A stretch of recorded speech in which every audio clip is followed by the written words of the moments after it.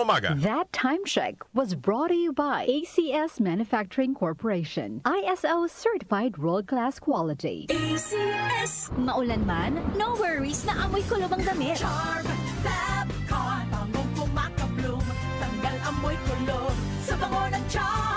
Charm Fabcon with Bloom Fresh technology kills 99.9% of kulob-causing bacteria tested. May aroma burst pa of thousands of flowers and berries. Ang sampay sa loob, no amoy kulob.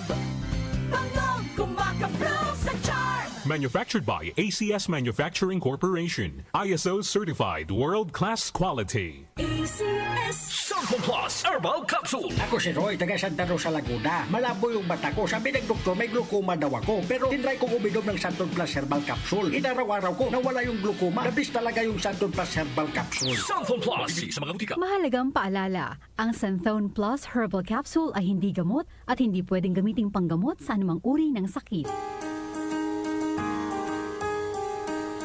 Hindi umuurong sa pagtulong, kawang gawa sa lahat sinusulong. PCSO, PCSO. Hindi umuurong sa pagtulong ang PCSO, PCSO. Goodbye to me, Masya. Hello, Right Bar Blue. Isang labanan yan.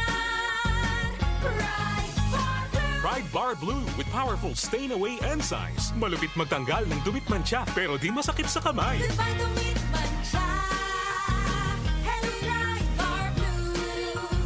Isang labanan yan. As tested ang cotton and polycotton. Sa mancha, malupit. Sa kamay mo, mabait. Pride Bar Blue. Manufactured by ACS Manufacturing Corporation. ISO certified world-class quality. ACS. Santon Plus Gold. Nga pala, Sidney, nabuhan ako ng bukol sa aking suso. Subukan ko ang Santon Plus Gold, 2 kapsula, 3 times a day sa loob ng 3 buwan. Lumiit ang bukol sa suso ko. Santon Plus Gold. Mas pinalakas, pinagaling, pinahusay. Santon Plus Gold. Mahalagang paalala, ang Santhone Plus Gold ay hindi gamot at hindi pwedeng gamiting panggamot sa anumang uri ng sakit. Ito ang DWWW 774 Manila, your ultimate news and music radio. News, music, information. Sabayang napapakinggan sa DWHD-FM 107.9 Dagupan City, Pangasinan. Si Brian Kitoriano, Ilocano, nang gigising sa inyo sa 774